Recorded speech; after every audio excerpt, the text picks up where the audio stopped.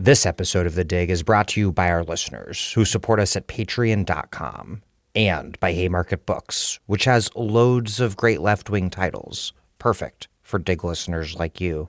One that you might like is All Our Trials, Prisons, Policing, and the Feminist Fight to End Violence by Emma L. Thuma.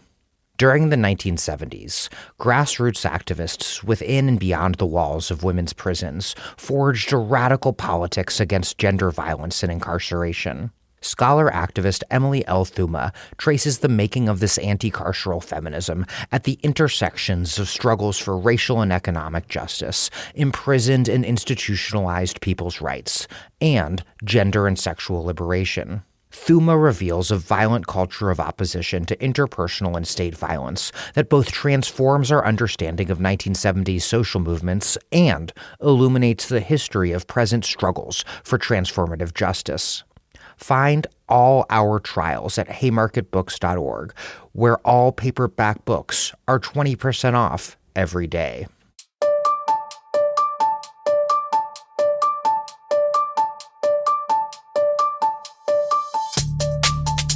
Welcome to The Dig, a podcast from Jacobin Magazine. My name is Daniel Denver, and I'm broadcasting from Providence, Rhode Island. The resistance is back, but the Democratic Party is nowhere to be found. Bernie Sanders, technically still not a Democrat, is a rare exception, rallying giant crowds of angry Americans to fight the oligarchy. The bad news is that the Democratic Party is MIA, but that's also the silver lining.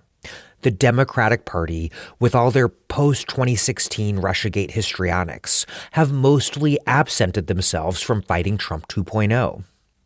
The task of the left is now to approach our organizing with a ruthless eye toward effective strategy.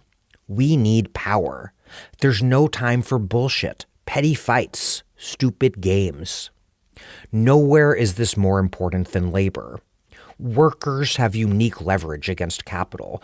What's more, existing unions, however battered, represent by far the largest form of organized working-class power in this country. Trump and Musk launched their administration's assault first and foremost against workers because they know they must first crush organized labor, starting with federal workers' unions, to impose their reactionary agenda. We must act in solidarity with federal workers and rekindle organizing among workers and against bosses everywhere. Never before has it been more clear that far-right politics are the inevitable expression of oligarchic power, and that the struggle against Trump is likewise necessarily the struggle against the billionaire class. The destruction of the labor movement is what made Trumpism possible in the first place, and its reconstruction will be necessary for its defeat. Again, Bernie is one of the few national figures to recognize this, and yet masses of people feel it in their bones. Today, longtime Dig guest Gabe Winant is taking a turn as guest host, interviewing Eric Blanc on his book, We Are the Union, How Worker-to-Worker Organizing is Revitalizing Labor and Winning Big. Eric's book makes an important argument, backed up by loads of research, that we can't organize millions, tens of millions of workers through union staff alone. We need union staff, but what we need them to do is to set up an infrastructure that facilitates worker-to-worker organizing at scale to defeat Trumpism and the billionaire class. This isn't just a hypothetical fancy. Workers at Starbucks, in the Emergency Workplace Organizing Committee, and in many other fights are showing the way. Before we get started, this podcast is laser-focused on giving you the in-depth and ruthless analysis of everything that you need to make sense of the world amid your struggle to transform it. That's why we don't paywall a single episode. Paywalling would make us a ton more money, but this is a political education project, and we want everyone possible to listen to everything we put out, particularly people who can't afford to contribute, but also people who just don't feel like it. We want everyone possible to listen. But that's all possible because those of you who do make contributions to the Dig, who understand that this entire model relies on voluntary listener support, you make this model possible. Support the Dig now. U.S.-based supporters who contribute substantially get books, coffee mugs, tote bags sent in the mail. Generous supporters elsewhere get ebooks. Please contribute now. That's patreon.com/thedig. Really quick, I've included some useful links in the show notes. First, there's a link to get involved in the rapid response campaign to defend federal workers and federal services against Musk's wrecking ball operation. Second, I've included a link to the Emergency Workplace Organizing Committee, or EWOC. If you want to organize your workplace, contact EWOC and they'll support you. Lastly, there's a link for the Workers Organizing Workers Committee of DSA Labor, or WOW. WOW recruits, trains, supports, and places people interested in taking jobs in strategic industries to unionize. If you're looking for work or you want to get a job to organize, sign up for WOW. No organizing experience required. Again, all three of these links are in the show notes. We need to rebuild the labor movement. To do that, we need you. Okay, here's Gabe Winant interviewing Eric Blanc. Gabe Winant teaches history at the University of Chicago. His first book was The Next Shift: The Fall of Industry and the Rise of Healthcare in Rust Belt America. He's a volunteer organizer with the Emergency Workplace Organizing Committee, a former staff organizer and researcher for Unite Here, and currently an officer of the American Association of University Professors. Eric Blanc is a professor of labor studies at Rutgers University and the author of the Substack Labor Politics, as well as the new book he's here to discuss today, We Are the Union: How Worker-to-Worker Organizing is Revitalizing Labor and Winning Big. Blanc is an organizer trainer for the Emergency Workplace Organizing Committee.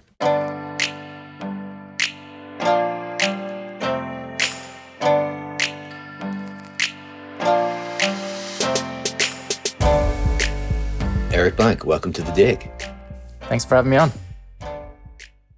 So this is a book about workplace organizing, strategies and tactics, and at the heart of it is an argument about why what organized labor is generally doing right now isn't working.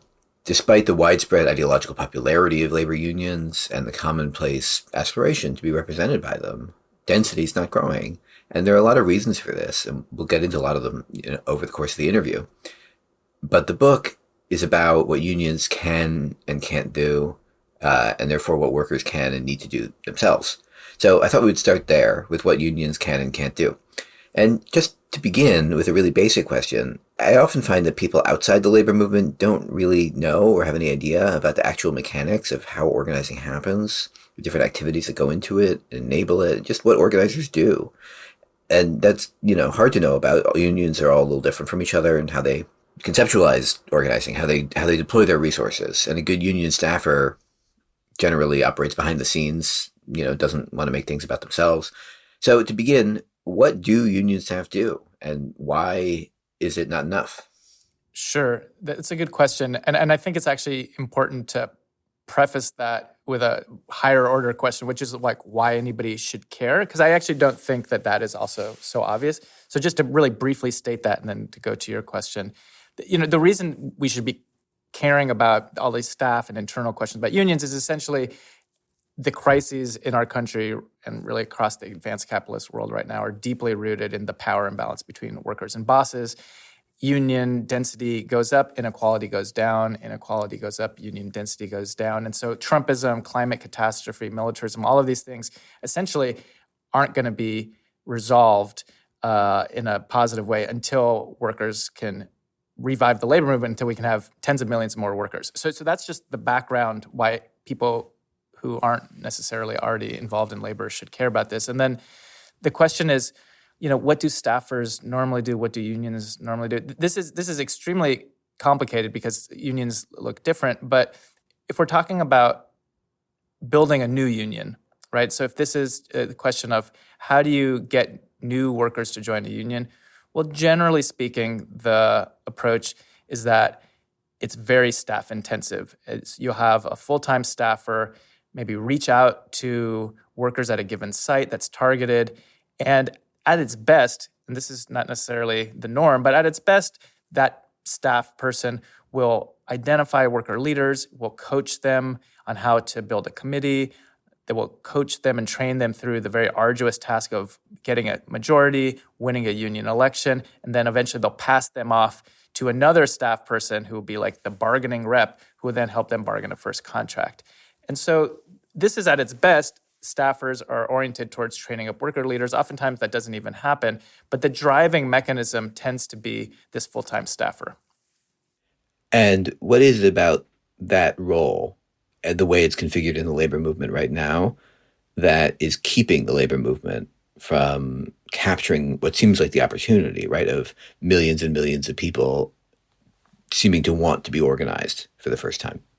Yeah, the argument I make in the book, and this is actually something that was less clear to me before I did the research for the book, and it was really the research convinced me of this more and more, is the problem is essentially just that this model isn't scalable. You can't organize tens of millions of workers this way for basic logistical reasons.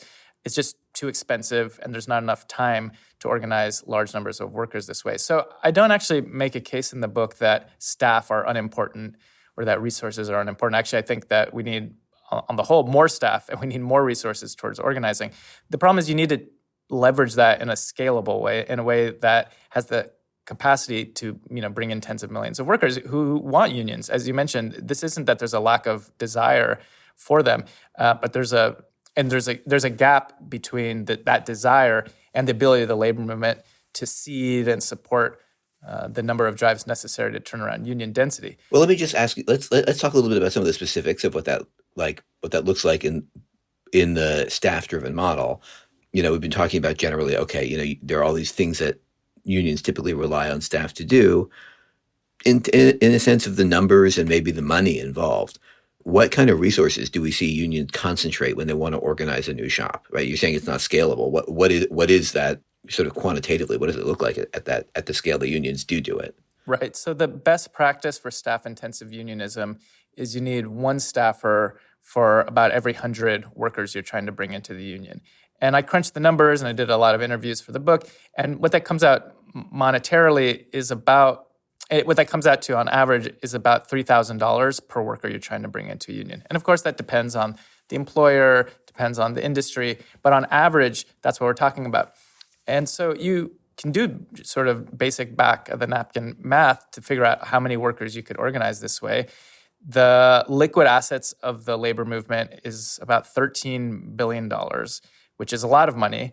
But even with all of that money available, if you were to use very ambitiously 30%, right? This would be a very aspirational goal. If you use 30% of the liquid assets of the labor movement towards new organizing through a staff-intensive model, that would only be able to bring labor strength back to the levels we had in 2015, about 11% union density. So it gives you a sense of the real limitations of this model. You can win battles, but just for basic money reasons, you can't organize enough workers this way. And then there's just a maybe even deeper question, which is the question of time costs. The labor movement has tended to grow historically, and again recently, through spurts, where all of a sudden large numbers of workers, almost seemingly overnight, are interested in organizing. And in moments like that, you just don't have the ability as a union to train up a lot of new staffers, get them to know the company, get them to be able to sort of deploy in a manner timely enough to be able to go viral. And so if you look at the Starbucks campaign, which I'm sure we can talk about a little bit more, had they tried to lean on a staff-intensive model when all of a sudden you had hundreds and then thousands of workers all across the country reaching out to the Buffalo workers after they went public and eventually won their union election in late 2021, if they tried to do it through a staff-intensive way, they just couldn't have. They literally wouldn't have had the capacity to start supporting hundreds of drives all across the country. There were literally 2 new union elections being filed every day for the first half of 2022. So they had to rely on workers to do that. And so because of the virality and contagious factor when there's mass unionization at play, you can't rely on a staff-intensive model for those types of moments. Yeah, you don't really say this in the book, but something I've wondered about in my own experience as a union staff organizer at some points. I worried sometimes, and I'm curious how you would react to this, that the approach of the staff organizer, which, I believe in a serious way, is subject to a certain kind of set of disciplines from the larger organization, and that's appropriate, right? That you have to sort of hit numerical goals, right? You're accountable to a bureaucracy, and I mean that in a non-pejorative sense. You're accountable to a bureaucracy kind of over you, and your tactics and activities have to be geared to the larger tactics and activities of that bureaucracy. Now, that can be a source of great power and even security for workers' activity, right? Because moving in sync with a large group of people obviously is a kind of source of protection.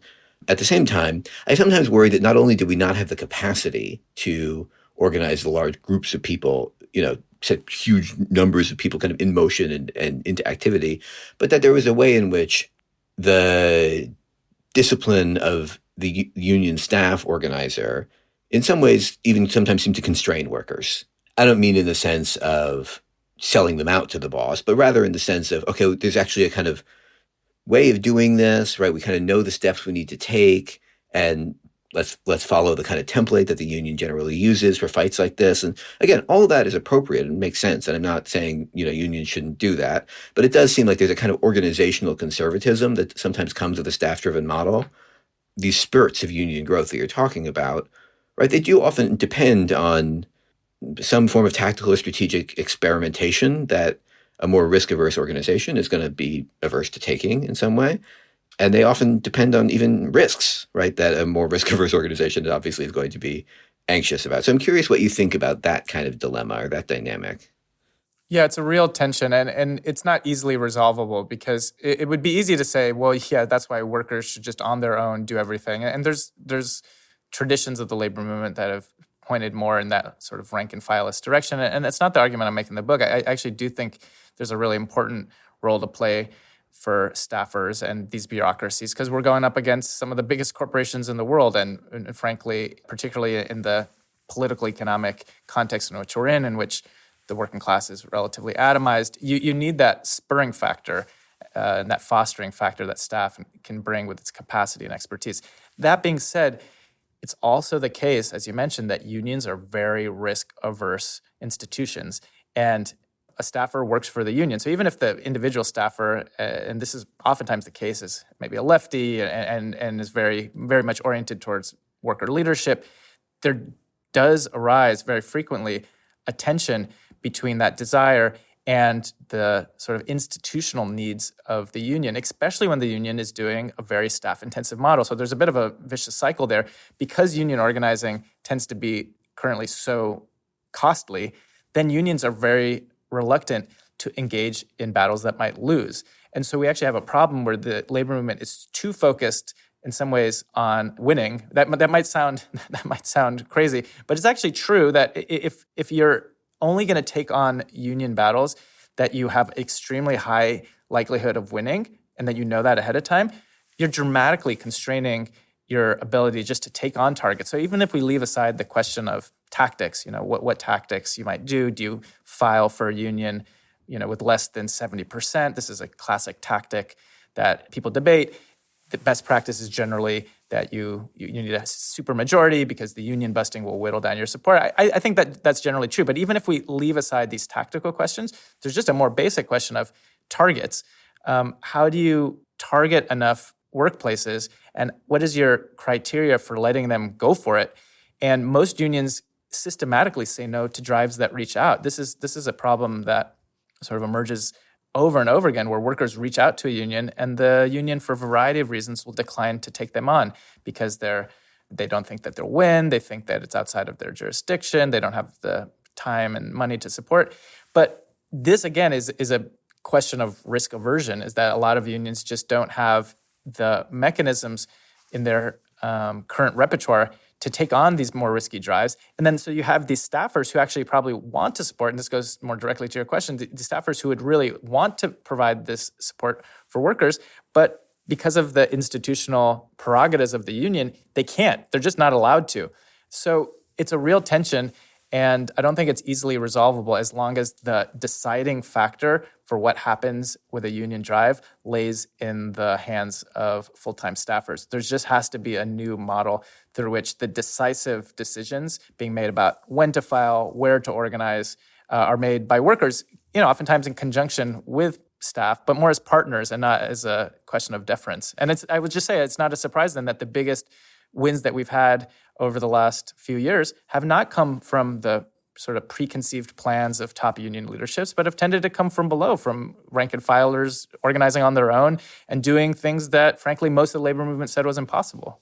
Yeah, it strikes me listening to you that I think in the parts of the labor movement that do new organizing, there's a self-account, and I mean among staff and among union leadership, there's a self-account of a kind of transformation since maybe the 1990s, right? That our unions used to be kind of complacent, through the whole second half of the 20th century. And, it took a decade or a decade and a half to react to kind of the Reagan and Patco firing the air traffic controllers and the whole kind of sea change of neoliberalism in the 80s. But by the late 90s, a number of unions, SEIU, CWA, Unite Here, HRE at that point, had kind of gotten the message and had begun proactively organizing again, sort of for the first time in a while. But what that looked like was a very sort of strategically driven model, it seems to me. I'm thinking about the version of this that I would often hear inside HRE, which was that, the union used to decide which hotels to organize by, a local president would see one on the highway that he didn't remember and think, why don't we have that one? And it had shifted to a much more sophisticated kind of legal and financial analysis of, which hotel operators might be vulnerable and, where might the union have some kind of economic leverage and so on. And so it seems to me that in union leadership and among union staff, by the beginning of this century, there had developed a sense that, okay, we actually are organizing again, right? And there was some truth in that, but it was a change within a kind of remaining or continuous staff-driven model. I think that's definitely true. And I try to provide a balance sheet that's fair of the 1990s model. And frankly, I think we could use a little bit more of the fervor for new organizing from top union leadership. And, some of the best parts of the 1990s and early 2000s have been sorely lacking, which is to say like a real investment of top union leadership monetarily and strategically in new organizing. That actually has been a missing factor over the last few years. And I think we could have gone even farther with that spirit. As you mentioned, though, the problem in practice turned out to be that there's only so far you can go through a staff-intensive model, just for all the reasons described before. It's not that they couldn't win. They actually had a very good track record of winning these campaigns. You don't win every one, but eventually they were able to sort of win a lot of these big, comprehensive strategic campaigns. The problem was that it was so expensive to do so. It was just so expensive to do so that ended up being a major factor in limiting the appeal of this approach. So you had, on the one hand, all of these more fuddy-duddy unions that even didn't want to even do staff-intensive organizing and said, until labor law changes, nothing can be done. And then you had unions that were oriented towards new organizing, and they weren't able to prove in practice the ability to start organizing large numbers of workers through the model that they employed. And part of that crisis then ended up leading to the split in the AFL-CIO in the early 2000s. But there really was a real hard cap on how far and how wide you could go with that more staff-intensive model. One thing that really struck me in the book is that you did some historical work to show that union growth in the past, in kind of moments of upsurge, did not depend on full-time staff in the way that it seems to have done more recently. So will you tell us a little bit about how did workers join unions in earlier moments of working class upsurge? And when I say how, I mean like literally how. Who showed a worker the card? How did they do the things that staff do today, map the workplace, et cetera? And then maybe we can kind of explain the shift to a more staff-driven model from there. Yeah, it's a good question. And it really does depend a bit of when you're talking about whether it's before the National Labor Relations Act was passed in 1935 or what industry you're in. But generally speaking, the norm was a very high degree of worker initiative. And it tended to be the case that the equivalent of the role of staffers, somebody who is more experienced and who would help drive things forward, tended to be worker leaders themselves. Oftentimes people who had been through different rounds of struggle, oftentimes radicals, who would take the initiative on talking to their coworkers about signing a union card, and they would help essentially their coworkers via word of mouth and via local meetings sign up. And one of the things that people forget about a lot is that one of the big obstacles back then was just sheer employer violence and repression. So when you read about union organizing in the 1930s, a lot of it reads like a spy novel. It's like, how do you suss out who the spies are locally, and how do you just not get made? How do you stay underground before the company finds out? A lot of the organizing had to do with things like that. And the initiative tended to come from workers. And we have data on that. So to give one example, you can look at the most top-down drive of the 1930s, which was the Steelworkers Organizing Committee. This was sort of famously the big initiative of the new CIO, and people considered it to be the most machine-like bureaucratic organization. The number of staffers they had by today's comparison was minimal. And so I crunched the numbers on this. The average, again, remember, today the best practice is considered one staffer for every 100 workers you're trying to organize. In steel, they had one staffer for about every 1,700 workers. And this was the most top-down model, right? And if you look beyond that, it was one staffer for every 2,000, 3,000. So you get a sense that essentially, really, the workers themselves took the initiative. They would eventually connect with a CIO organizer who would, in big battles, maybe give some strategic advice, send them some pins. But the touch was a lot lighter. There was just not this intensive day-to-day coaching like you have today. Yeah, and I'm really struck by your point about the importance of kind of layers of past struggle. I mean, if you read at all in the history of the labor movement in the 1930s, the presence of ex-Wobblies, of Debsian socialists, of people who had experience in one form or another of class struggle in their home countries before immigrating, it's just unmistakable, right? It's everywhere in the historical record. And those weren't all the same kind of experience, right? And they certainly weren't the same kind of collective discipline exactly that we're talking about in terms of union staffers, but they were the functional equivalent in some way. Yeah, and I think that's an important point to raise, because there can be a tendency today maybe to romanticize the 1930s, and it looks just like all of a sudden the workers rose up. Well, there's aspects of that being true, but again, oftentimes there's a reason that you needed radicals, oftentimes young radicals, be there as the sort of spark plug, as it were. And so it's just worth pointing out that spark plug doesn't necessarily have to be a staffer. It can come on the shop floor. And we are seeing that again to a certain extent today with the revival of salting as a tactic. Yeah, I mean, just to kind of give a couple examples that listeners may not know about, Walter Reuther, who would go on to become the president of the United Auto Workers by the mid-1940s, he was a son of a socialist, skilled worker, I forget what trade, and himself grew up a socialist. Reuther's father had organized a campaign in West Virginia, where they were from, to reject the offer of Andrew Carnegie to build a library in their town, which was Carnegie's PR program after the violence against workers in the Homestead strike. He was building libraries all over America to improve his reputation. Reuther's father led the struggle to stop that. Sidney Hillman, who was the president of the Amalgamated Clothing Workers of America, had been in the Jewish Labor Bund back in the old country. And Hillman and Reuther were among many of the kind of key leaders of the CIO. And that's at the very top rank of leadership, right? But that same principle was true throughout the CIO at sort of all levels of the organization. So a key idea in the book is worker-to-worker unionism as the alternative to the staff model. And although I want to get more into why this has emerged as the alternative, where it comes from, what makes it succeed, what are the limits on it, but I want to get into as well some of the examples of what it's looked like. I want to ask you first, just to kind of give a general definition, right? If it's possible to kind of, in an overview, characterize what is the thing that you call worker-to-worker unionism?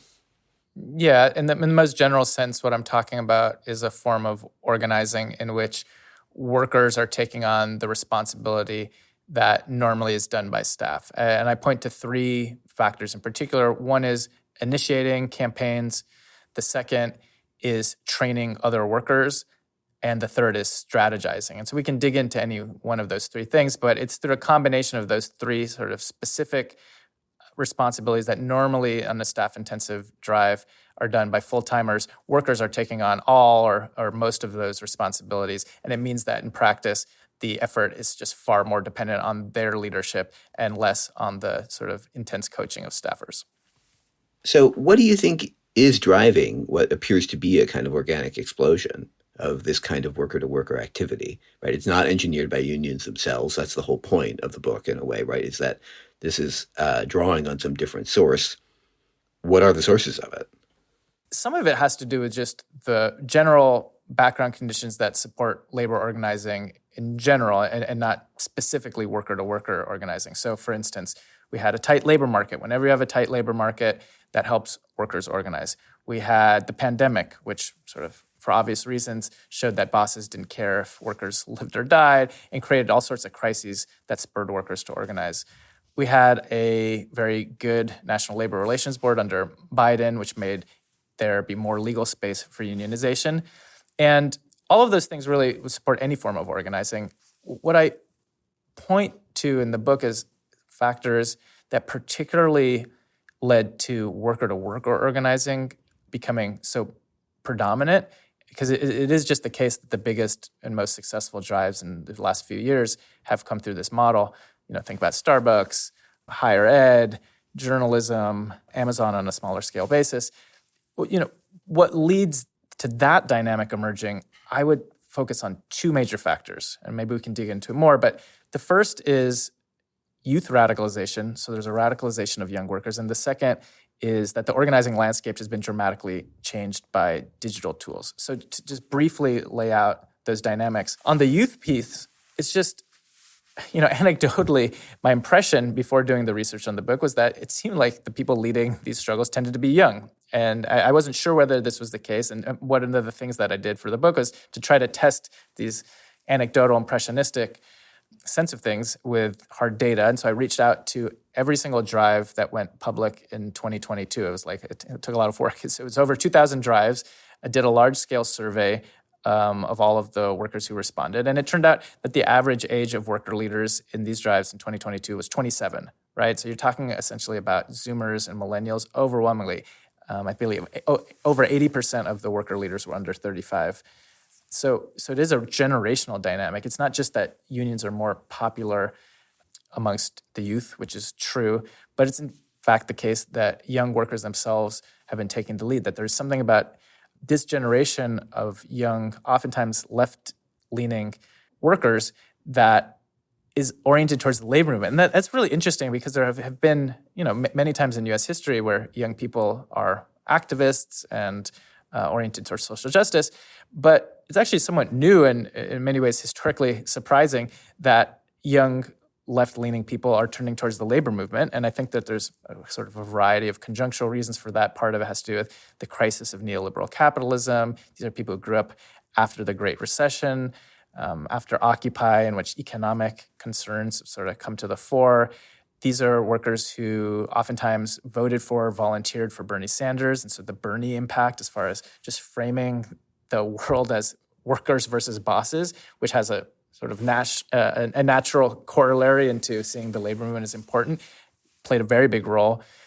Similarly, a lot of the workers came from witnessing or participating in the Black Lives Matter movement or sort of queer movements and coming at sort of a social justice, radical critique of society via these movements, but then also maybe seeing some of the limitations of those struggles and trying to figure out how you could fight oppression and racism and for equality in maybe a more grounded, more power-based model than street protests. So there's been a whole accumulated experience, and it's different for millennials like you and me who maybe went through the anti-war movement and then Obama and Occupy to DSA. So there's like that trajectory. And then there's younger Zoomers who maybe Black Lives Matter, maybe saw Bernie, might consider themselves queer or somehow got radicalized through those politics, and then who found themselves in the labor movement. And so you scratch below the surface, it's really that layer across the board, and not just college-educated workers, although it tends to be disproportionately college-educated, but really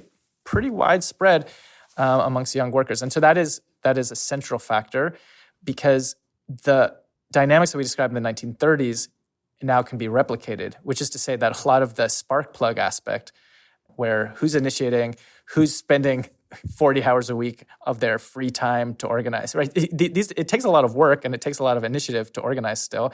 And so if staff aren't doing it, who's going to do it? Well, it turns out a lot of times it's going to be young lefties who have that sort of ideological or maybe social milieu that would be conducive for them to take such a onerous sort of time burden onto themselves. Well, that layer now exists on a much more wide scale than it did even 5-10 years ago. And so that's a major factor.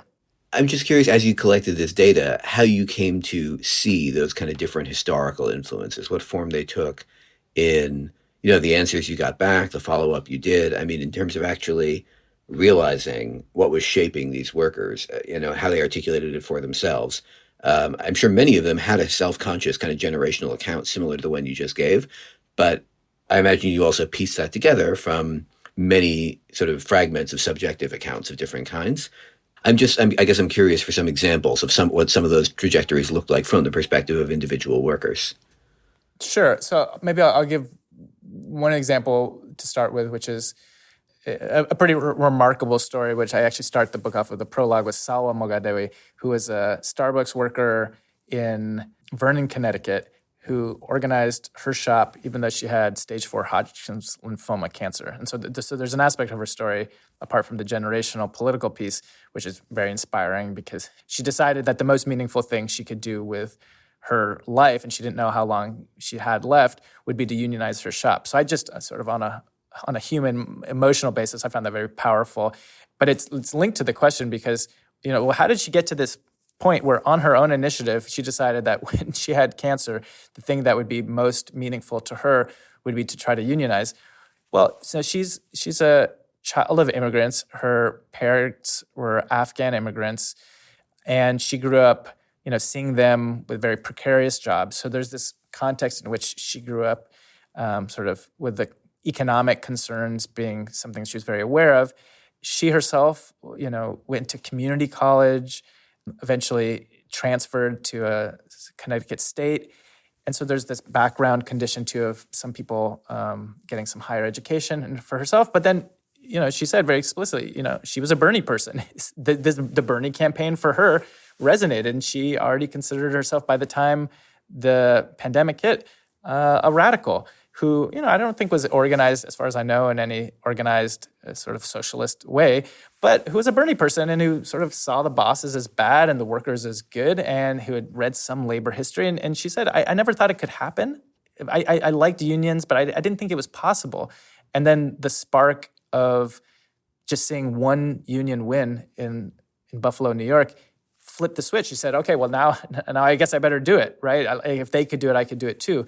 So for her, I do think you see some of this trajectory of, in the context of neoliberal crisis and the context of young people's sort of, the resonance of the Bernie campaign in particular made it that there was a pre-existing layer of people like herself who, when it seemed all of a sudden possible, were ready to jump and to take the initiative. So you see that trajectory. And then I do think you see an older trajectory, as I mentioned before, where I talk to so many workers who, I'll give one more example. This is maybe the more millennial version. The president now of the News Guild whose name is John Schluss, was a worker at the LA Times, and is basically my age, so somewhat older millennial, and got radicalized in college through essentially LGBT issues. He's gay. And was sort of a dissatisfied liberal, ended up becoming a little bit more left-leaning, ended up organizing his shop, and took the lead then in transforming the News Guild. And again, so you see that for him, it was somehow the process of fighting around equality issues had brought him into activism, but there was a search for maybe a more sustainable form of collective power that wasn't present elsewhere.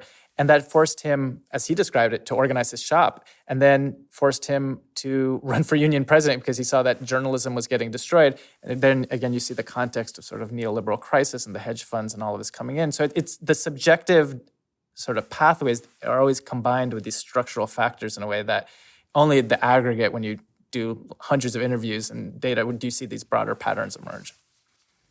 Right. I feel like in the Starbucks campaign, the theme of queer and particularly trans workers has been a really important one.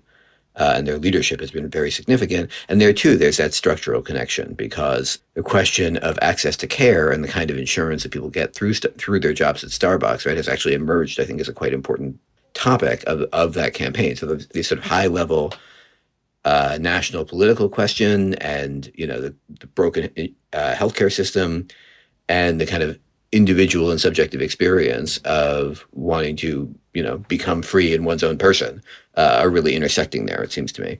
Yeah, and it's just a huge part of the reason why Starbucks exploded in the way it did is that it had this reputation for being queer-friendly, particularly. Like that really is the norm, especially if you get out of the bigger cities. People maybe underestimate this. In the bigger cities, it's also like that, but not to the same extent. But, if you're outside of the big metropolitan areas, Starbucks is one of the few places, at least has been considered, that you could work and sort of be openly yourself if you're queer or trans. And because of that, you had this pre-existing layer of queer young workers that had politics of some sort, and they were predisposed actually to having a higher expectations for what their company should be. And that's important. The reputation and brand of Starbucks ended up rebounding against it because people actually thought the company represented something better, including on queer issues. And then when it turned out it didn't, and it was backtracking and it wasn't giving enough hours to get, for instance, medical coverage for transitioning, right? If you can't get enough hours to get healthcare for that, well, then the nominal decision of the company to provide this is purely nominal. It's not a real right. It's just a right on paper. And so all of these tensions then became manifest. And it is a big part of the reason why Starbucks ended up exploding the way it did. And it is just worth sort of dotting the I's on this. It shows, again, why even if our orientation is towards sort of uniting the working class as the class, which I do think is sort of strategically correct, the pathways through which workers get into that struggle are very varied. And it's just not the case in Starbucks, or in many other places, that sort of identity issues were a distraction. In fact, in that particular context, identity issues were very central towards feeding into the kind of class struggle, which ended up becoming the most important union drive of the last 4 years. And I think people haven't fully wrapped their head around that.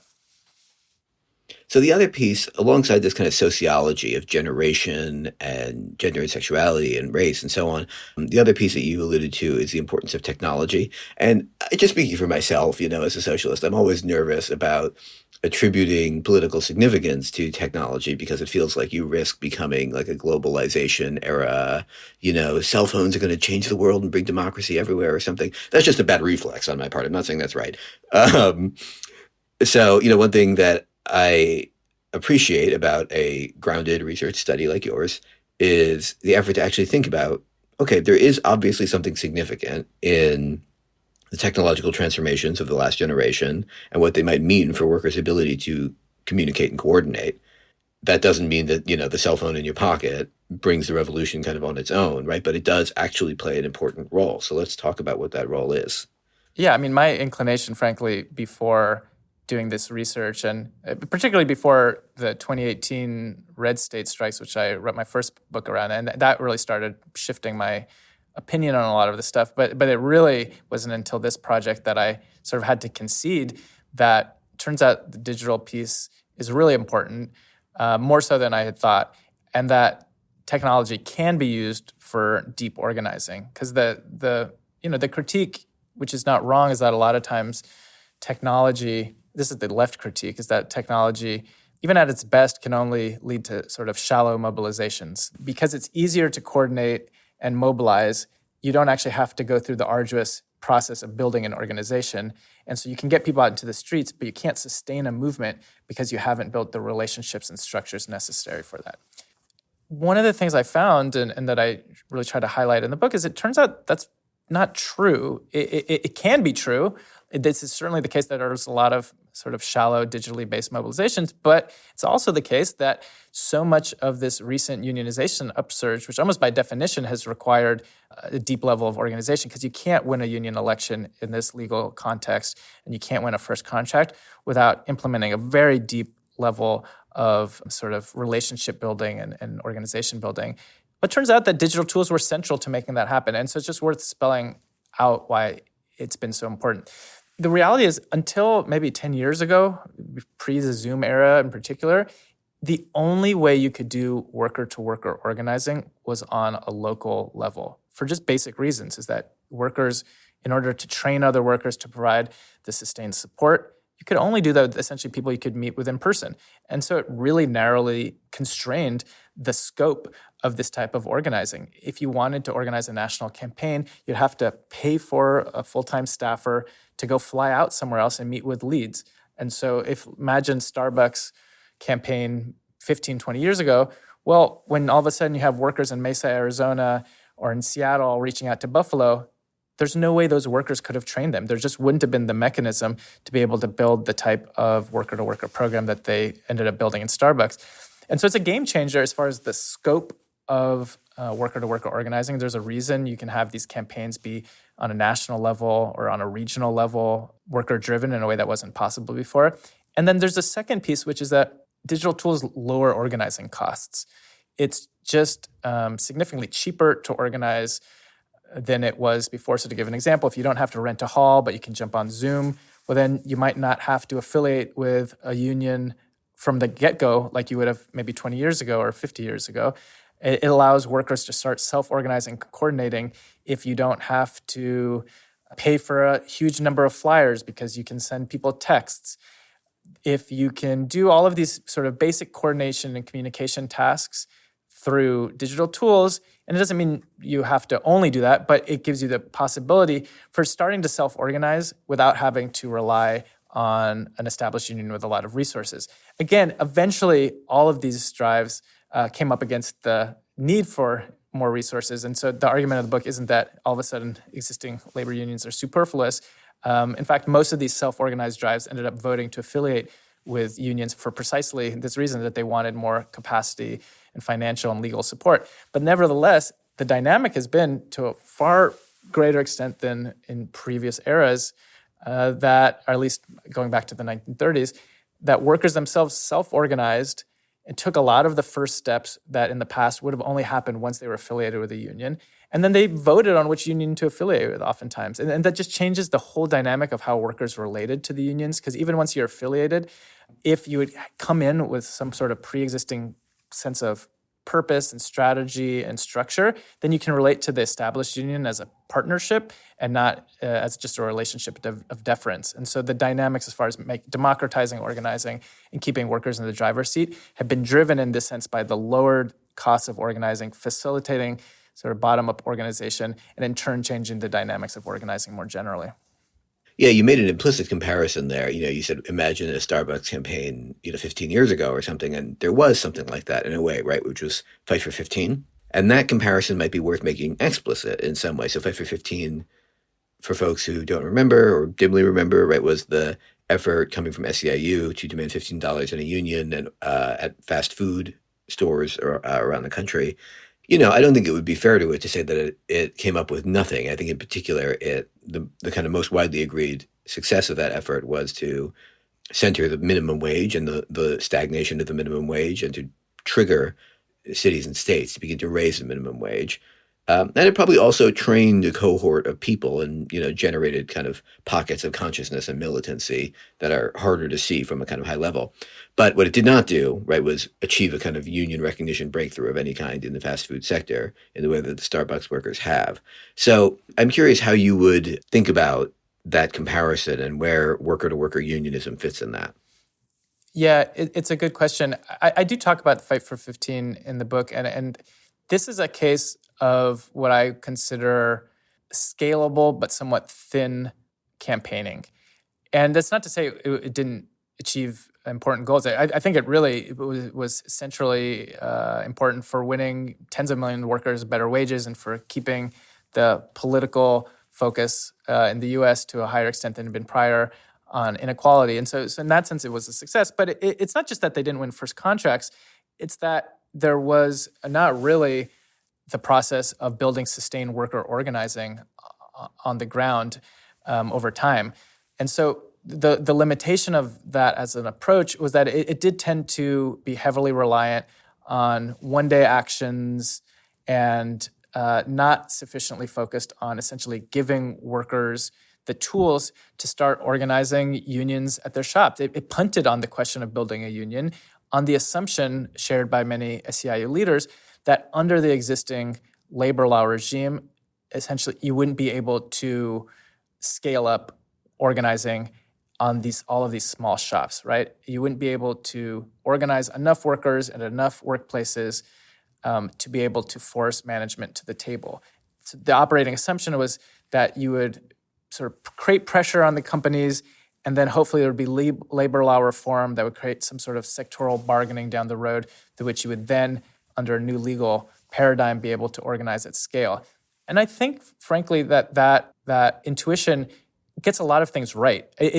One of the things that I try to do in the book is be generous to SEIU and say SEIU, to its credit, is one of the very few unions that thinks seriously about organizing at scale. What would it take to organize millions of workers and not just hundreds of workers?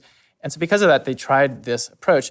The problem is that, first of all, if you don't build organizing from below, if you don't actually start building unions now, as hard as it is, it's hard to create enough of a crisis that the state will provide meaningful labor law reform. And even if they do, because we've seen this in some states, there's been some sectoral bargaining-ish laws passed, you still then have to go out and organize from the bottom up if you're going to turn these into real unions and not just sort of very top-down legal pressure campaigns. So the intuition of the book and the argument of the book is to show that the best strategic vision of Fight for 15 was trying to organize something very widely, to organize large numbers of workers, and they did use digital tools to a certain extent for that, can be now concretized into something more powerful, that you can build the scalable approach, but you can do that in a way that actually gives workers a decisive ability to start building power workplace by workplace. So I think you can combine the sort of big national campaigns with the tools and inspiration and, frankly, democratic structures necessary for workers to start self-organizing. And you saw that in Starbucks. People didn't think you could organize a massive corporation, the sixth largest company, private sector company in the U.S. Nobody thought, frankly, before a few years ago, you could organize and force them to the table because there's just too many small workplaces, too high turnover, and the assumption is impossible in this current context. And it was proved that that's not true. It turns out that you can force massive companies to the table if you do worker-to-worker organizing, if the organizing goes viral, if you use digital tools to provide sort of the scope and possibility for workers to start self-organizing. And so this is a lesson that I don't think has been fully absorbed yet about what do you do in this political economic context to build power at scale. And I think Starbucks shows basically a better model than Fight for 15. I'm Astrid Taylor, and you're listening to The Dig with Daniel Denvir, a podcast for people who want to deeply understand the world and organize to change it. That's why you should support the show at patreon.com/thedig. The Dig is a podcast produced in conjunction with Jacobin Magazine. And yes, Jacobin is a print publication, not just a place for online commentary, but long-form, serious print journalism and socialist analysis. The magazine is released quarterly and runs at around 160 pages, filled with award-winning design and the ideas that movements need to thrive. You can join more than 70,000 Jacobin subscribers supporting this vital work for just $15 for your first year. This is a huge discount available to Dig listeners. $15 gets you an entire year of Jacobin in print and access to the magazine's very extensive archive.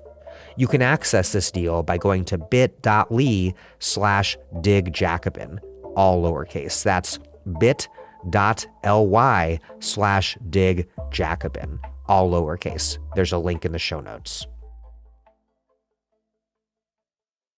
You talked about these kind of three pieces as initiating, training, and strategizing. I think we've talked a fair amount about initiating, although maybe you want to say more about it. I would love to dig in more, though, on training and strategizing as parts of building a union that workers can and do themselves.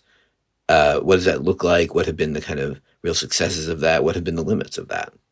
Sure. So let's talk about the training piece first. I think the best example we have of a worker-to-worker union is the News Guild. So I go into detail in the book about the News Guild's member organizer program. And in part, it's the best because it's been around the longest, really since 2017, 2018. And the very explicit purpose of this member organizing program is that every worker leader can and should be trained to be able to do anything a staff person can do. And so a huge part of that is that workers are the people training other workers in how to win.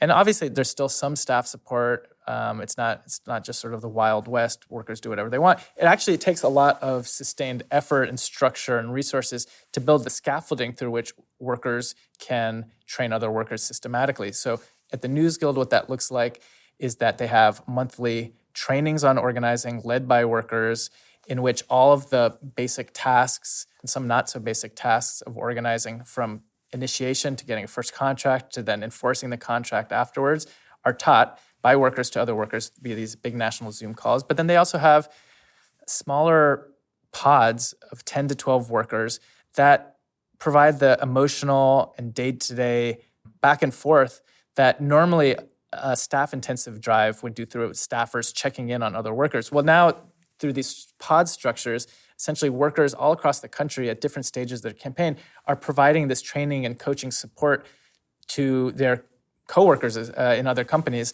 across the country. And so you're able, again, to take a step back. These are the types of things that staff normally do, coaching, training, and workers are able to do it not just because they've unleashed the floodgates, but because they've built very systematically structures through which those important tasks of support and training can be diffused much more widely. And then what about strategizing, right? I mean, that seems like the place where staff monopoly would make its own case most easily, let's say. Well, workers contribute the energy and the effort, and they even teach and support each other. Sure. But, strategy is really a question that depends on legal expertise and economic expertise and industry expertise and, huge accumulated experience of fights won and lost and so on. So what have workers been able to do for themselves in that regard? Yeah, it's a good question. And on all these pieces, and particularly on strategy, I do think that there's an important role for staff to play, and particularly in big issues, particularly in big campaigns, it's possible for very experienced staffers to help provide strategic advice without it being so staff intensive. And so I do think that there's an important role for staff to play in this as partners, but just not as the exclusive agents of strategy. What does that look like? Well, let me give a few examples. At Starbucks, for instance, one of the big breakthroughs that happened was something that no staff person would have ever initiated, and it was very surprising.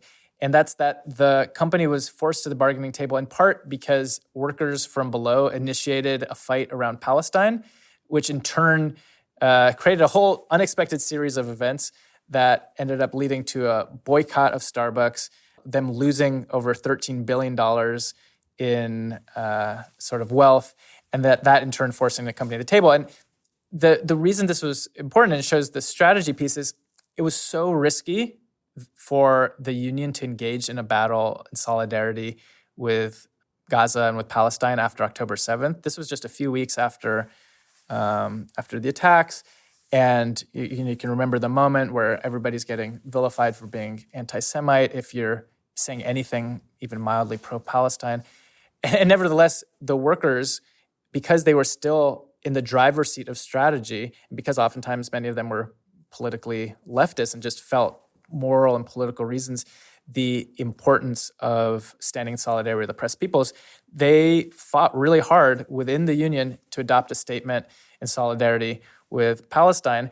And it ended up sparking a very unforeseen number of events that ended up culminating in a huge breakthrough at the bargaining table. And so was this strategic? Well, somewhat. It wasn't that they even knew what was going to end up happening, but for them, the importance of taking that risk was so important that they would push back even against the staffers and the national union leaderships that were skeptical whether that risk was worth it. So again, this gives you an example of sometimes the risks involved in labor organizing, even when unexpected, can have big breakthroughs that just certainly no experienced strategist would have counseled this as a path towards getting a first contract. It's just outside the frame of reference. And that's sort of maybe an important point, because the reality is we haven't won first contracts at major corporations since the 1930s at the biggest corporations in the world.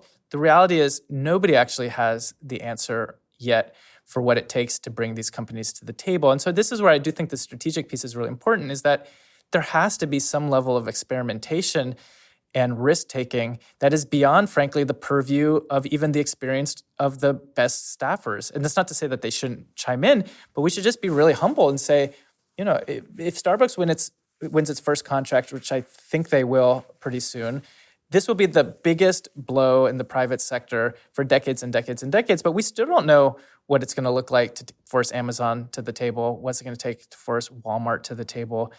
And so given that reality, having workers as sort of a co-constituent in developing the strategy is so important, because there has to be the development of some new approaches. And we saw that in the 1930s, in which the major breakthrough tactically did not come from above. It didn't come from sort of very, very well thought out pre-existing research. It came from workers sitting down at their workplace and that tactic unexpectedly going viral. And I think that's likely to be the case that in many of these big battles that we don't yet know what all of the tactics necessary to bring companies to the table are going to require. And so I do think that workers are maybe best positioned to take those risks because A, they're not working for the union. So the cost of them trying to experiment is lower. This goes to what we were talking about before. And then B, they're working at these companies, so they have a level of insight that maybe even the best staffer doesn't, about what the choke points might be, about what the possibilities might be. And so you need to have a sort of creative process of experimentation together with staff to make these strategic breakthroughs. We've been making this comparison with the 30s, but some things are different from the 30s in important ways that I think are worth talking about. One, in the kind of sociology of the working class. This is a point that you make in the book that I think would be worth bringing out more. The rank and file leaders of the movement of the 1930s came out of, really kind of socially integrated and cohesive working class communities. If you think about parts of New York, parts of Chicago where I live, parts of Detroit, right? There were whole sort of neighborhoods where everyone kind of had the same job almost. That's really different now. What do you think is the significance of that?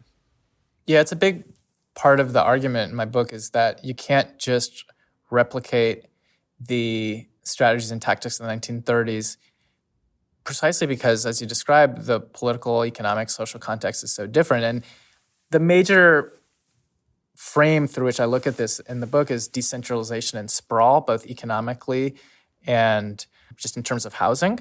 The working class has essentially been stretched apart over the last century due to companies themselves becoming far more decentralized. That has to do with both industry spreading out all over the country to south, southwest, but then also the rise of the service sector.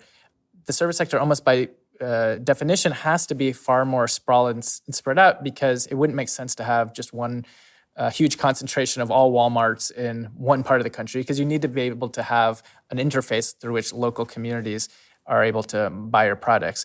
And so it's the same in the care economy. You have to have schools spread out, you have to have hospitals spread out, you have to have retail spread out. The reality then is that process economically combined with the rise of suburbia, the rise of long commutes, means that just the organic relationships of workers to other workers is far more frayed than it was in the 1930s. And this is one of the reasons why it's frankly harder to unionize today. Even though support for unionization is very high, it just takes a lot more fostering than it did in the 1930s to get workers to see themselves as part of a broader community. It's not as intuitive as it was when all of your friends went out to the bar afterwards, went to the same church, played in the same sports league. Absent those sort of pre-existing communal ties, the unionization process often has to create them in a way that it didn't have to create them in the 1930s to the same extent. And so this is a tactic that in the Emergency Workplace Organizing Committee we talk about as socialize before you organize. You oftentimes have to just get a potluck together, get people to hang out, get people to play a video game, whatever it is. You need to build that relationship in a way that wasn't the case back then. And then similarly, when you have a union election victory, it doesn't organically spread just via word of mouth and pre-existing social relationships to the same extent that it did a century ago. For the same reason, is that workers aren't as connected to their coworkers. They don't have these same ties through which just kind of via the pre-existing relationships, things can go viral. And so again, it poses the question of more proactively having to foster the contagion of mass unionization than was necessary a century ago. So now unions have to, if you get a union election victory in Buffalo, well, you have to make a very compelling video about that and post it all over social media with your email contact. You have to systematically seed the idea of unionization and systematically reach out, oftentimes via digital tools and the media, to make it possible for large numbers of workers who aren't already connected to you to feel connected to you or to see the possibilities of connecting with you. So the big implication, therefore, is that it does take more fostering and more resources to unionize than it did a century ago. And that is why, frankly, so many unions turn to the more staff-intensive model, because it seemed to be the only way to do that systematic fostering. And the argument of the book is that that intuition wasn't wrong, it's just not scalable. So you need to find ways to do the fostering, but on a more worker-led basis. I feel like the obvious question all this raises is, can it win? I think you paint a very compelling portrait of how unionism can kind of ripple across society in some way, right? It takes work, it takes effort. It's not a totally organic phenomenon, but rather requires workers to lead it themselves and communicate, with one another and train one another. But, it's possible, as we've seen over the last few years, to, as you say, foster participation of thousands and tens of thousands, and, in some cases beyond that even, in certain industries. What we haven't seen, as you say, is a decisive verdict on how this new form of unionism might or might not be able to overwhelm boss resistance. And so I'm curious about the evidence that we have for how worker-to-worker unionism actually can generate not just activity, not just enthusiasm, not just participation, but leverage and power. Yeah, it's a good question. It's a tough question. I will, though, say that the major knock against this type of organizing that comes from skeptics, and sometimes very sort of honest skeptics, is that, well, can they win first contracts? This is somewhat what you're getting at. My response is, first of all, they have won first contracts in so many of the same types of companies and industries that unions have traditionally targeted, which is to say, smaller companies, smaller chains, the exact types of targets that all unions have focused on up until recently. This type of model has won first contracts. And so in the book, I talk sort of at length about some of these examples. I talk about Burgerville Workers Union, which is a chain of fast food chain on the West Coast. Well, they won a first contract impacting over 1,000 workers. And they showed that worker-led organizing can win precisely the types of industries that SCIU and others assumed that was impossible to win under this legal regime. So they did win a first contract. At Collectivo, which is a mid-sized coffee chain in the Midwest, they also won a first contract through this bottom-up organizing, and I tell that story in the book. And then again, the News Guild has won over 100 first contracts in extremely difficult boss fights. These are not easy fights. These are fights in which you're going up against huge hedge funds intent on destroying journalism and destroying media. And nevertheless, the workers won, and it was precisely through a worker-to-worker model. So it's just not the case that this model hasn't been able to get first contracts. I would argue, if anything, the available evidence suggests that not only are the contracts better, but that one of the real limitations of a staff-intensive model is on getting the first contract, because there tends to be a real drop-off in participation and leadership in staff-intensive models after the union election, in which everything is punted to a staff or a representative who doesn't actually have the time or organizing capacity or relationships to help win a first contract. So I would actually turn the tables and say, well, actually staff-intensive organizing is the one that has the real limitation when it comes to first contracts. And then on the second piece, though, which is, well, what about these big corporations? The first thing to say is, you need to have some sort of realistic criteria through which you would assess the time horizon through which you would get a first contract at some of the biggest companies in the world. It took 20, 30 years to organize General Motors and Ford a century ago, right? They had repeated attempts, ups and downs, and just the nature of a huge corporation is that you have to organize far more workers than you would at a smaller company. And so that just takes longer. And so at Starbucks, again, they have succeeded in forcing the company to the table. It's not the case, like at Amazon, for instance, that the company is just ignoring the union. The company at this point seems to actually want to sign a first contract. They just don't want to give them a good first contract, and the workers rightly are demanding serious wage increases and all of that. But they have shown in practice an ability to put one of the biggest corporations in the world on the defensive and bargain. And that wouldn't have happened had they not generated just a huge amount of power. And so I do think that there's sufficient evidence to show that this model can win not just in smaller companies, not just in hospitals and universities, and not just in smaller chains, but against some of the biggest companies in the world. It's, again, a question primarily of scale. At Amazon, you have to organize more than one warehouse. You have to organize more than a dozen sort of units of drivers. It's a question of how do you get enough workers out there and enough community support to force these companies to the table. And it is worth flagging that one of the vulnerabilities of many of these companies compared to a century ago is that they are more liable to brand damage than the old manufacturing companies. So what you've lost in maybe disruptive leverage, because it's harder to choke off the profits of Starbucks when they have 15,000 stores. If you have 500 stores strike, it's not the same level of profits you're cutting off. On the other hand, you have the ability to directly involve and speak out to and reach out to the community, because all of these companies have to sell their products to community members, and they depend really heavily on their brand. They're very, very brand conscious, including Amazon and some of these other companies that maybe as leftists we think are evil. The companies themselves are very intent, Whole Foods, very intent on preserving a certain image of themselves. And that gives a tremendous amount of leverage potentially to unionization drives to bring in the community. And it's not, again, I think, a secondary factor that so many of these drives that have gotten first contracts have not just sort of asked community members to come up on picket lines or to protest, but have organized boycotts of some form or the other in a real organized way, not in these sort of diffuse, just post something on the internet and hope people stop shopping, but in a very concentrated, organized campaign way, calling on community members to stop buying to support the union. And that worked at Burgerville, played an important role in the Palestine dynamics at Starbucks. And I think that there has to be maybe some more creative ways of bringing back the boycott tactic in combination with bottom-up organizing to force some of these big companies to the table. We've been talking about worker-to-worker unionism as a way that workers have retaken the initiative and started offensive fights. But you wrote the book, obviously, during the Biden administration, and now the political dynamic has shifted, I think, in a quite important way. That probably concerns labor law, and it concerns a whole new set of workers who will be targeted for different kinds of attack and retaliation by the new administration. So where do you see some of the biggest labor questions arising out of this kind of sociopathic first couple months of the Trump administration?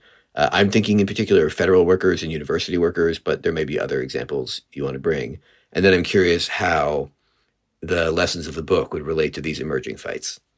Yeah, it's one of the things that people ask me a lot about as I've been talking about the book, and it's a good question because obviously the book was written before we knew what the outcome of the election would be, but there was also clearly a good chance that the Republicans could win, and the book sort of hedges its bets and tries to articulate what more or less would be the path forward in both cases. And I do think we're seeing now over the last few weeks that not only is this type of organizing still possible, but in some ways it's even more urgent than it might have been under the Biden administration, which is to say that, Trump and Musk are wielding a sledgehammer against the public sector, against basic democratic norms, and against some of the biggest unions in the country, the public sector unions, in the federal sector, and in education.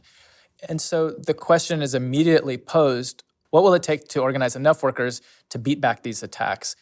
And the problem, in many ways, is the same that was described before on offensive struggles. It's also the same in defensive struggles, which is that there's just not enough staff to organize millions of workers to defeat Trump or Musk. It's the same essential dilemma, which is that power in the labor movement comes from activating worker leaders, connecting their coworkers, building up this bottom-up dynamic. And if you are reliant on staff to make that happen, there's just no world in which you're going to be able to generate a wide enough and deep enough fight back in the federal sector, in higher ed, and K-12, through which you can defeat, what is an extremely dangerous and extremely reactionary offensive from the government. So concretely, in the federal workers, which is where I've been sort of spending all of my time supporting for the last month. The national unions, not surprisingly, have focused almost exclusively on sort of a legalistic fight back. And it's good they're doing that. I'm not saying that the legal route is unimportant. That has put some blockages, even if temporary, on the administration. And so that's hugely important. But it's still just the reality is that the courts are ultimately going to get, the legal questions are ultimately going to get punted to the Supreme Court. And we should have no confidence in the Supreme Court doing the right thing. And a huge amount of damage can be done even in the meantime to all of these services. And it's not even clear that the administration will even listen to the courts ultimately if they side against them. So you have to combine a legal approach with a bottom-up fight back. And that is not what, unfortunately, the vast majority of unions in the federal sector have yet done. Hopefully that change, and I'm hoping and somewhat optimistic that, as was the case in the 2018 teachers' revolts, which people might remember were organized, initiated from below, from rank-and-file teachers and local presidents, went viral over Facebook groups. Eventually the unions and the top leaders came on board. I'm hoping we're going to see something similar in the federal sector. But the initiative came from below, and to organize millions of workers, you're talking about 2.3 million federal workers, there has to be, unfortunately now there is emerging, mechanisms for workers to start self-organizing. So it's a very promising development that the Federal Unionist Network has caught on. There was a National Day of Action in February, and there's growing organizing all across the federal sector of rank-and-filers and local union leaders, essentially trying to build the popular power necessary to defeat these attacks. And they're doing through a worker-to-worker model. They can't rely on staff. They don't have staff. They just literally don't have staff in many of these locals. And on a national level, there isn't really an organizing tradition because the federal sector hasn't had to strike. They've been somewhat institutionally set for a long time. And so it's a huge dilemma now because all of a sudden you have to fight, and there aren't staff within these unions, or at least not enough of them, to lead that. So you do have to build this type of leadership from below, and you're seeing that in the federal sector. And similarly, in K-12 and in higher ed, everything that Musk and Trump are doing against the federal workers right now, whether it's trying to cut off funding, doing mass layoffs, wielding the threat of cutting off funding for anybody who talks about race or DEI or whatever their pretext is, they're going to come after higher ed next and K-12 after that, and they're already starting to do that. And so again, it poses this question of how are you going to get the union movement in these sectors to really get on war footing, right? Because it is, in a very real way, the existence of these institutions and the existence of these unions being put into question. And it's not just business as usual. And there's a real inertia from above towards pivoting to war footing and mass scale organizing. And again, I think it's going to be incumbent on sort of rank and filers and local organizers and maybe more reform-minded unions to build the type of mass-based campaigns that can involve the community, that can inspire and onboard and train up worker leaders to fight back. And that isn't currently the norm. It hopefully, again, will happen, but I don't see it happening without a huge amount of rank and file leadership from below and without developing the types of worker structures locally and nationally that are going to be required to build sustained enough power to beat back, what is a terrifying prospect, frankly, if there's not sustained opposition. Yeah, I mean, that all makes sense to me. I think the question of what kind of campaigns to fight is a challenging one. I mean, I'm thinking about this myself in my own higher ed labor activities. It's one thing when you have a target near at hand, a boss, obviously, or, even a kind of local corporate headquarters or something like that. What it means to organize at your workplace against the federal government or against the attack coming from the federal government seems like it presents new strategic challenges just in terms of, where does our power lie? What kind of actions might we take to kind of exercise and expand that power? I mean, I'm the president of my chapter of the American Association of University Professors, for example, which is not a bargaining agent. I work in the private sector, so we're just an advisory kind of, we just agitate. And, we've been turning people out to, these national days of action to defend scientific research and this kind of thing. And that's good. And we need to keep doing that. But I think people are rightly asking us the question, what's the plan here? And, I can't presume to know what it is yet, but I think it's worth talking about, or we need to talk about it more collectively, and we should hear too right now, I think, just in terms of the strategic challenge of how one mobilizes against this kind of very political and sort of centralized assault on many different kinds of institutions that we live our lives in locally. My starting point on this is that the central issue and frame through which we win is convincing the public that these attacks on public sector workers and federal workers are attacks on them, which is to say, in the federal sector, like in higher ed, you need to be able to convince people who aren't immediately impacted as workers that they are deeply involved and that their lives will be worse and their kids' lives will be worse if Trump gets his way. And so you need to pose it that way, so it's not just sort of sympathy with fired workers, but that this is an attack on all of us. So in the federal sector, how do people think they're going to get Social Security if Trump cuts the workforce of the Social Security Administration by half? It poses a real question, like, will you actually get your Social Security benefits? And I think that if you listen to Elon Musk, that's an open question, because he's saying that Social Security is like a Ponzi scheme. Maybe he doesn't think Social Security should exist, right? And so that, I think, should set off alarm bells to the broader community. It needs to be communicated more. And similarly, sort of across the board with all of these federal services that people take for granted. People take for granted that companies aren't just going to be dumping chemicals into their water like they used to, or they assume that this isn't happening. Well, who's going to enforce these really basic norms that have been implemented to a certain extent over the last century if you don't have an EPA, right? And people just don't think about it as much because they have been functioning and they're invisible for that reason. So you have to make visible the public stakes of what Trump is doing. And I think that, frankly, I think Trump and Musk are playing with fire, because a lot of what they're doing is very unpopular.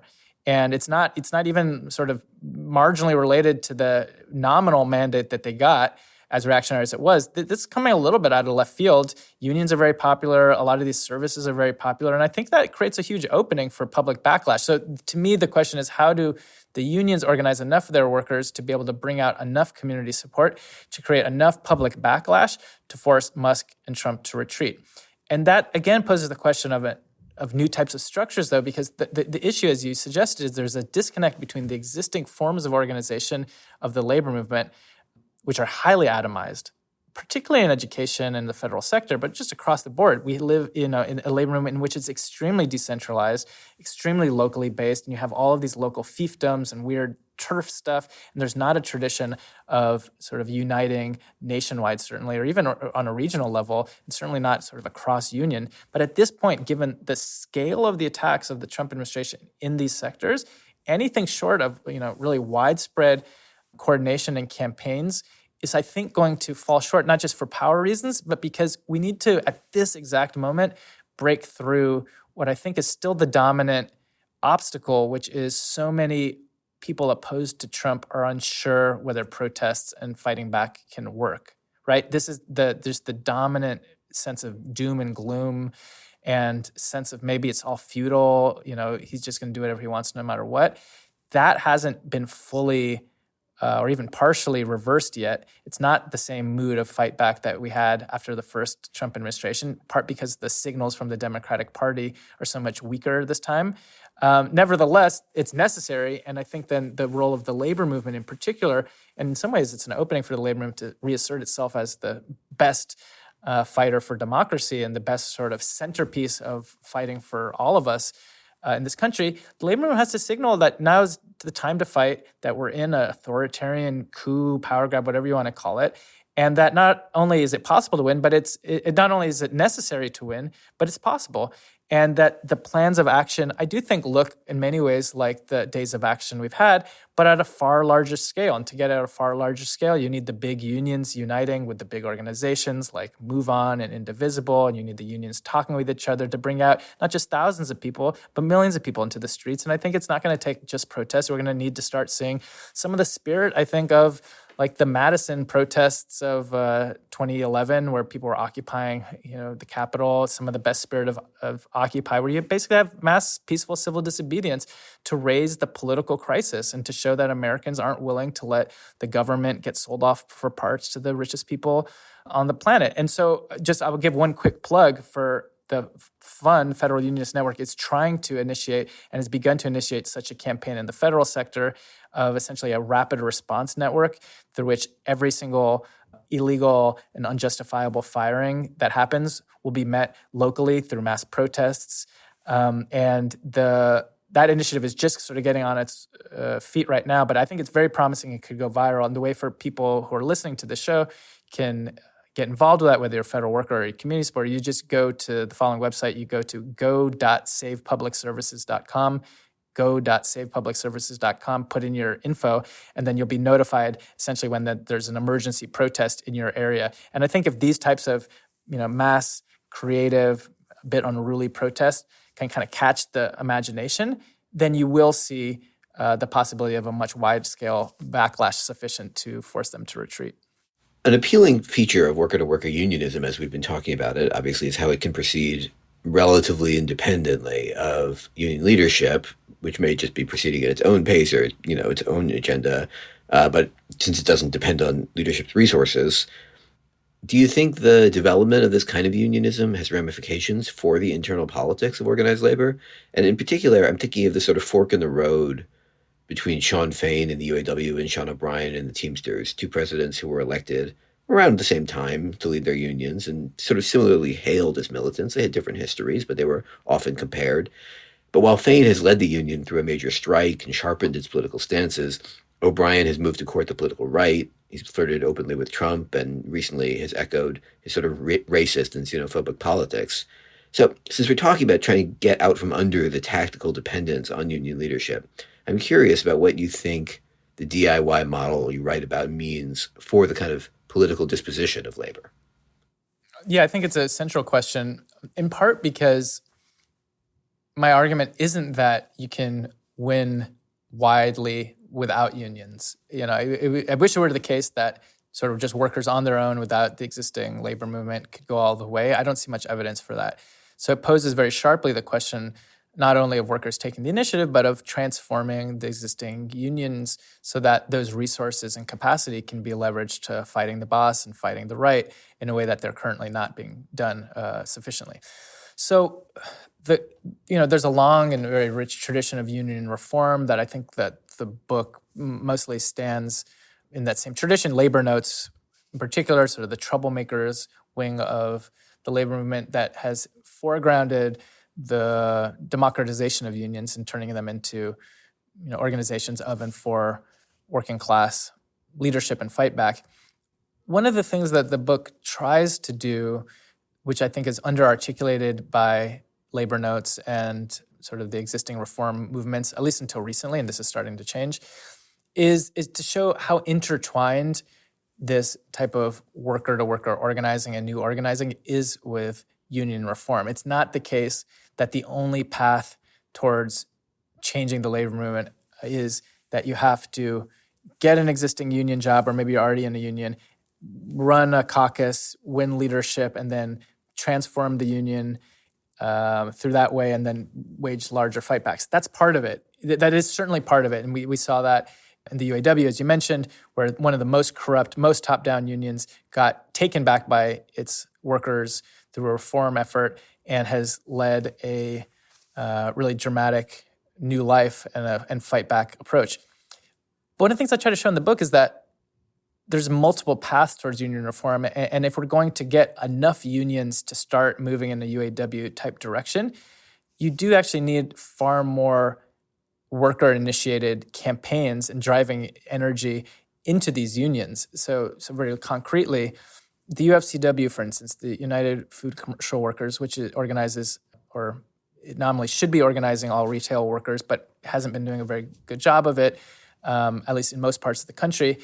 The reality is that you have all of these workers now at REI, at Whole Foods now, most recently, that are young, oftentimes Bernie, Black Lives Matter workers like we described earlier, who want to fight back, oftentimes with a very militant approach. And by organizing their shops, they're posing the question of reforming that union in a really stark way.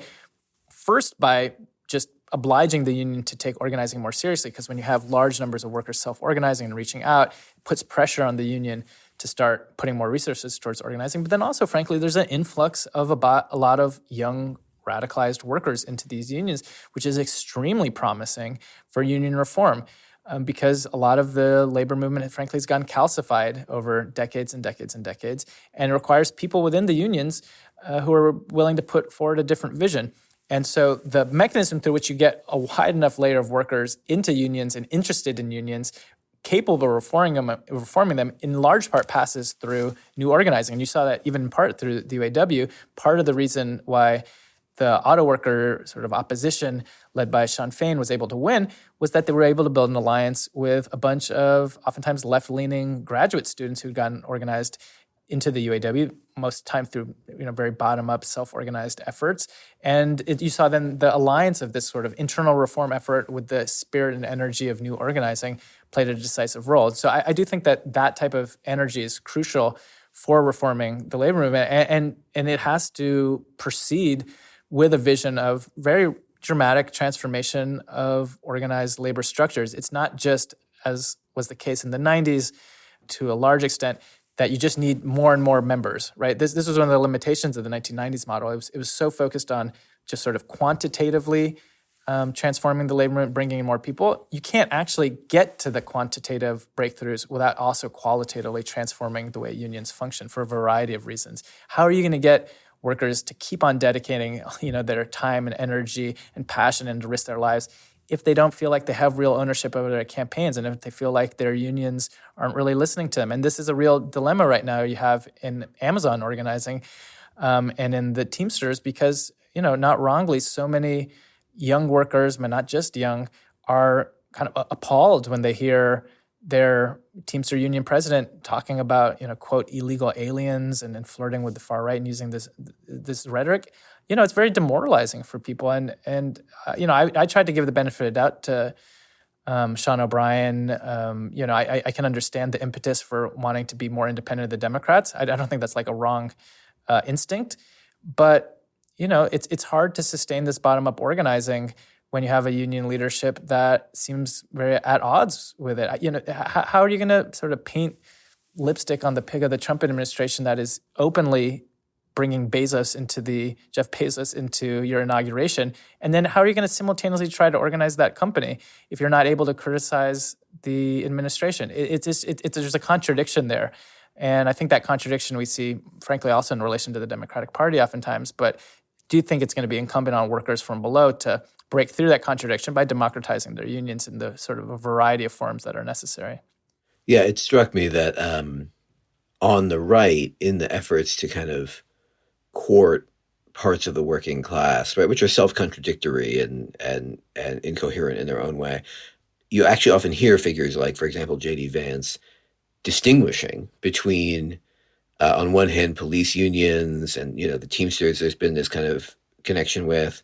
On the other hand, the Starbucks workers, academic workers, teachers unions, and so on, right? And that feels like actually a distinction against worker-to-worker unionism, right? It's, in a way, the phenomenon your book is about has been seen by its class enemies on the political right, right? And recognized and understood as the real form of threat coming from the labor movement.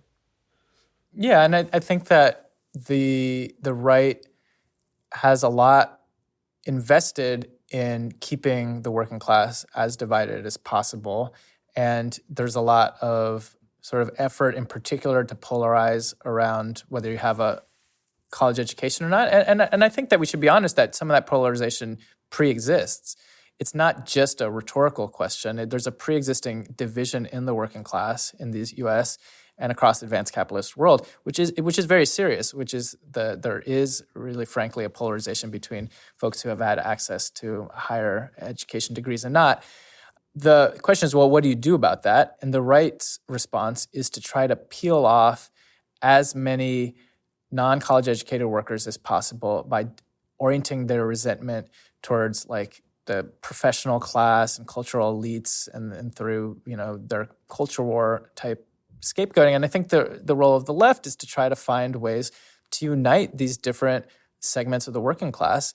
And that's not easy. I don't think it's at all easy. And there's a reason why it hasn't happened to the same extent as we want it to. But you do see glimpses of what that looks like. Look at auto. These are auto, and there's real tensions there. I don't think that it's easy even in the UAW. But nevertheless, you did see an alliance of graduate student organizing and sort of rank and file auto workers bringing about a transformation. And again, this poses a real challenge because the impetus and sort of inclinations of college-educated workers aren't always the same. And I think that some college-educated workers might actually underestimate the centrality of economic demands. In auto, I think there's tensions around this. How much do you center social justice issues versus economic demands? Well, it depends in part on the extent to which you have a financial cushion, perhaps. These are real tensions that are rooted in deep divisions sort of structurally within the working class. But as organizers, our goal should be to find ways and demands and structures that can overcome those tensions and to build sort of a cohesive working class. And that's extremely difficult to do, but that's the strategic orientation. And I don't see any way out of that.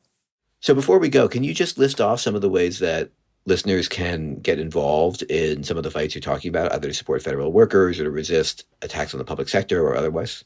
Sure. Yeah, I think that's important. And given the sort of stakes of what's going on, I do hope that people sooner rather than later get out of the sort of just doom-pilled feeling and get back into fighting mode. And so a few concrete steps that people could do to support the federal workers, as I mentioned before, you can go to go.savepublicservices.com to get involved in the rapid response actions nearby. So do that, spread the word.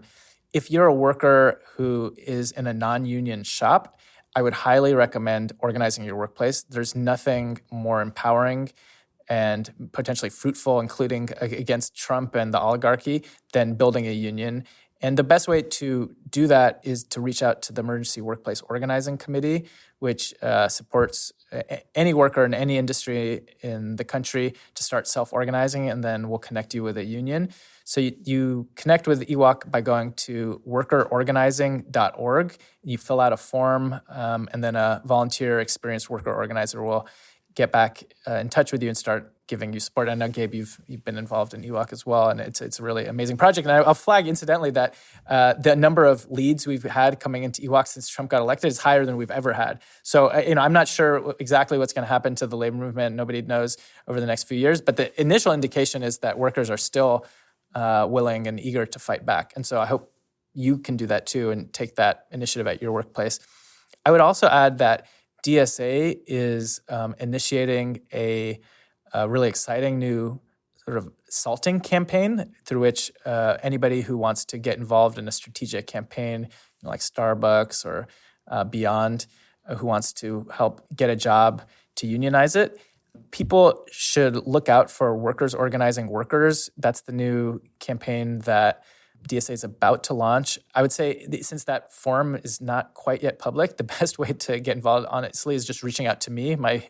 Over social media, or my email is very easily accessible online. If you just send me an email, I'll get you connected. But you should seriously consider becoming a SALT. That's played an important role. We didn't talk about it so much, but that as a tactic has been very central to the recent worker-to-worker uptick. And I think it's going to be even more important over the next couple of years, in which a lot of the top union leadership is probably going to be reluctant to initiate big battles in the private sector. So it's going to be even more incumbent on young, oftentimes left-leaning folks to, start initiating these battles and to fight big. So I think those are the three major sort of starting points I would suggest for people on how they can plug in. Well, Eric Blanc, thanks for coming on The Dig. Thanks for having me on.